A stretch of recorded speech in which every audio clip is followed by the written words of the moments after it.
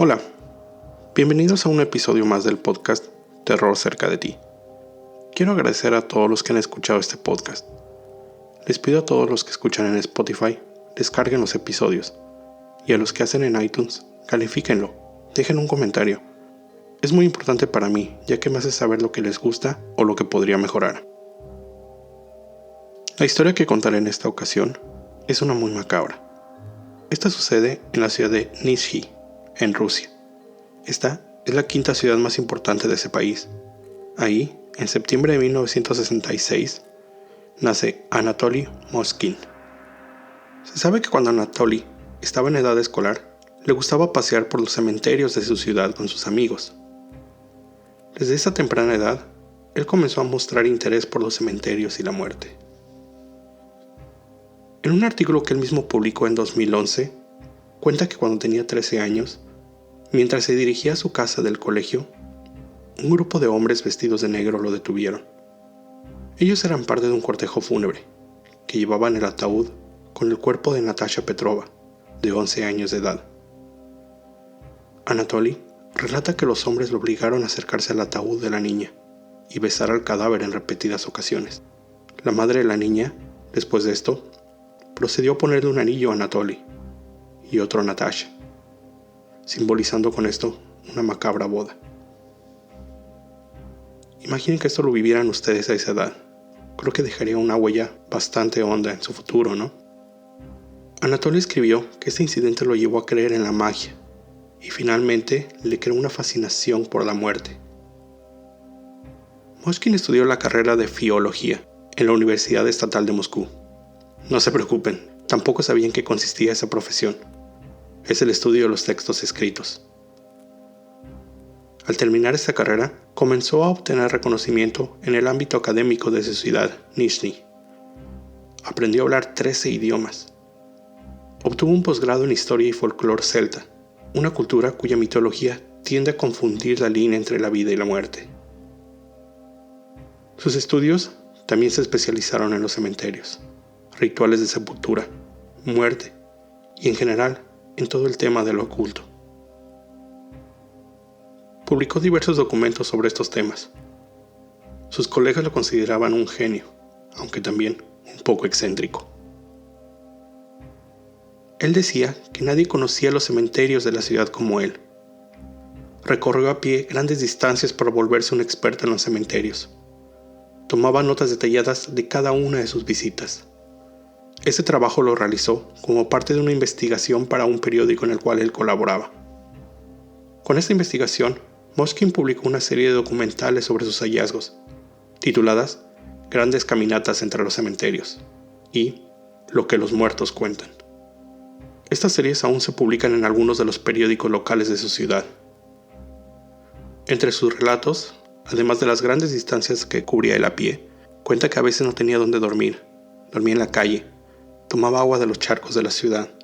Incluso cuenta que una vez tuvo que dormir dentro de un ataúd en un cementerio. Era para un funeral que se estaba preparando para el día siguiente. Moshkin llevaba una vida recluida. Nunca se casó, nunca salió con nadie, vivía con sus padres, no ingería bebidas alcohólicas, ni fumaba. Él confesaba ser virgen. En casa de sus padres tenía una colección de más de 60,000 libros, documentos, así como una gran colección de muñecas. Fue autor de diversos libros, investigaciones y traducciones, todo esto debido a que era un políglota también. Trabajó eventualmente como periodista en publicaciones y diarios locales. Él se llamaba a sí mismo necropolista, es decir, un experto en cementerios. Esto, en la corta investigación que realicé, nunca pude encontrar si realmente es una materia, un tema de estudio. En el 2009, la gente de la ciudad de Nizhny comenzó a notar tumbas de sus seres queridos descubiertas, dañadas, profanadas. En algunas ocasiones eran solo hoyos, estaban escarbadas. Las autoridades locales pensaron inicialmente que se trataba de un grupo extremista. Por casi 2 años, la investigación siguió sin encontrar ningún culpable. Pero mientras tanto, las tumbas seguían siendo profanadas. Poco tiempo después llegaría la primera pista. Después de un atentado terrorista al aeropuerto Domodedovo en Moscú, esto sucedió en 2011, La investigación que llevaron a cabo las autoridades apuntó a unas tumbas musulmanas que habían sido profanadas en la ciudad de Nizhny. Los investigadores, siguiendo estas pistas, llegaron a un cementerio, donde se había reportado que alguien estaba pintando sobre tumbas musulmanas. Al llegar al cementerio, encontraron a Moshkin haciendo una investigación, como él la llamaba. Las autoridades lo detuvieron en noviembre del 2011 para confirmar su historia. En su investigación, llegaron a su casa y se llevaron una terrible sorpresa. Al llegar a su casa, encontraron 26 muñecas de tamaño natural. Estas muñecas parecían antiguas. Vestían diferentes tipos de ropas. Algunas finas, otras llevaban botas altas. Algunas llevaban maquillaje. Otras llevaban tela sobre las caras. Esto sí, todas las muñecas llevaban tela cubriéndole las manos. ¿Cuál es la terrible sorpresa que se llevaron las autoridades? Estas no eran muñecas. Eran los cuerpos momificados de niñas. Niñas entre 3 y 15 años de edad. Algunos de los artículos mencionan que eran hasta 25 años de edad. Las autoridades encontraron fotografías de las tumbas, manuales de cómo hacer muñecas, como él las llamaba, planos, direcciones hacia los cementerios donde los cuerpos habían sido originalmente enterrados. Descubrieron también que la ropa que llevaban las muñecas era, en algunos casos, la misma en la que los cadáveres habían sido enterrados. Y aunque solo encontraron 26 cuerpos en su domicilio, se sospecha que Moshkin profanó más de 150 tumbas en la ciudad de Nizhny, en los alrededores y hasta en Moscú. Moshkin colaboró ampliamente con la policía. De ahí se sabe qué era lo que hacía con los cuerpos. Él confesó que solo buscaba niñas, ya que se sentía solo. Como les decía, él era soltero, pero quería tener hijos. Él dice que en algún momento intentó adoptar una niña, pero las agencias de adopción rusas no le permitían hacerlo, ya que no ganaba el dinero suficiente para mantener un hijo. Él explicó cuál era el proceso de selección de los cuerpos. Recorría los cementerios. Esperaba que los cuerpos hablaran. Dice que algunas veces se recostaba sobre la tumba, esperando escuchar el llamado de las niñas, y que en algunas ocasiones eran ellas las que le pedían que lo sacara a dar un paseo. Una vez seleccionado el cadáver, lo llevaba a un lugar cercano del cementerio, donde procedía a secarlo. Usaba una mezcla de sal y bicarbonato de sodio. Él mismo aprendió el proceso de momificación para poder conservar los cuerpos el mayor tiempo posible. Una vez que el cuerpo se había secado, procedía a llevarlo a su casa para poder crear la muñeca. Lo que las autoridades descubrieron es que en algunos casos él cubría los órganos internos de los cuerpos con tela, o en otros casos usaba diferentes tipos de relleno para mantener el volumen de su cuerpo, ya que durante algunas de las veces que lo hizo, descubría que el cuerpo seguía secándose y perdía su forma. La mayoría de los cuerpos habían sido recubiertos de cera, para darles ese parecido a muñecas que él buscaba. En las entrevistas que le hacen, él dice que estaba esperando que la ciencia, o magia, encontraran una forma de volver a la vida a esos cuerpos. Mientras tanto, él las cuidaría. Él le celebraba el cumpleaños a cada una de las muñecas como si fueran sus propias hijas. Todos los cuerpos tenían inscritos el año de nacimiento de las niñas. Los padres de Moshkin, quienes pasaban gran parte del año fuera de su domicilio, aseguran no saber nada de lo que él hacía, y que ellos pensaban que eran solo muñecas las que él fabricaba y coleccionaba. No sospechaban lo que en realidad estaba pasando. Como siempre, cuando preguntan a los vecinos, ellos dicen, parecía una persona normal. Sí, a veces había un olor raro, pero es el mismo olor que en cualquier otra casa de Rusia. Las autoridades acusaron formalmente a Moshkin bajo los cargos contra la profanación de tumbas y cadáveres. Los medios rusos lo llamaron el Señor de las Momias, o el Perfumista, haciendo referencia a la novela El Perfume, de Patrick Süskind. Como parte del proceso en contra de Moshkin, él fue sometido a una evaluación psiquiátrica. De esta evaluación, él fue diagnosticado con esquizofrenia y paranoia. Esto hizo que fuera incapaz de ser sometido a juicio. No fue culpado criminalmente, pero fue internado en una clínica psiquiátrica donde se continuaría su evaluación y condición para ser juzgado formalmente en el futuro.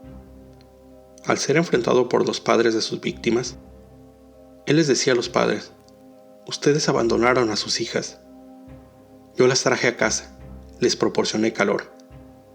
Durante el proceso de convertirlas en muñecas, Moshkin insertaba cajas musicales dentro del cuerpo de ellas para poder platicar con ellas, tener una conversación con ellas. Les ponía botones sobre los ojos. Él decía que para que pudieran ver las caricaturas con él. Él niega que su motivo fuera sexual, y algunos de los estudios confirman esto. Él realmente creía que estaba salvando a las niñas. Se sentía su protector después de la muerte. Él afirma que durmió por más de 20 años sobre tumbas de niños. Como parte de su formación, él sabía que en la cultura celta existe la creencia de que los druidas dormían sobre las tumbas para comunicarse con los espíritus de los fallecidos. Moshkin asegura haber hablado con los espíritus de las niñas muchas veces, y que solo en los últimos años decidió desenterrar los cuerpos, ya que se le hacía más fácil escucharlas, y que nunca lo hizo sin el propio permiso de la niña sepultada. Durante la investigación, Moshkin le pidió a las autoridades no sepultar los cuerpos demasiado profundo, ya que cuando él quedara libre, las volvería a desenterrar. Uno de los cuerpos que encontraron con él lo tuvo por casi 9 años. Después de su arresto, sus padres trataron de vivir aislados, ya que la comunidad los juzgaba. Su madre, Elvira, pensó que sería mejor que ella y su esposo se quitaran la vida, pero él no quiso. En diciembre del 2018, la orden de la corte que lo obligaba a permanecer dentro del instituto psiquiátrico para continuar su evaluación y tratamiento expiró, por lo que técnicamente Moshkin era libre de regresar a las calles. Esto obviamente causó gran indignación entre las familias de las víctimas y la sociedad en general. De acuerdo a una entrevista que le hicieron a la madre de una niña, ella declaró: esta criatura trajo terror, miedo y pánico a mi vida. Me estremezco de pensar que él tendrá la libertad de ir a donde quiera. Ni mi familia, ni las familias de otras víctimas podrán dormir en paz. Él necesita estar bajo vigilancia. Yo insisto en una cadena perpetua, solo bajo supervisión médica, sin el derecho a moverse libremente. Otra de las madres decía: yo la tuve por 10 años, él la tuvo por 9, refiriéndose al tiempo que tuvo él el cuerpo en su poder. De acuerdo a un artículo con fecha de febrero del 2019, Moshkin aún seguía en el centro psiquiátrico. Como les decía, nada lo obligaba a permanecer ahí. La orden que formalmente lo obligaría a quedarse recluido ahí, extrañamente, aún no había llegado. Seguiré al pendiente de esta nota. Si en el futuro encuentro alguna actualización, se las haré llegar también. Con esto llego al final de esta historia. Te sugiero siempre estar alerta de todo lo que sucede a tu alrededor, ya que recuerda, el terror está cerca de ti, donde menos lo esperas. Cuando el miedo se convierte en terror, hay una historia que contar. Si están interesados en escuchar más casos similares, suscríbanse a este podcast en su servicio de música en línea favorito, iTunes Podcast, Spotify, etc. Si tienen alguna historia que les gustaría contar en el podcast, envíenla. Yo la recibiré y con gusto la leeré. Mándenla al correo terrorcercadeti@gmail.com. También les recomiendo visiten mi página www.terrorcercadeti.com. Ahí publicaré más contenido sobre las historias, imágenes, fuentes de consulta y más.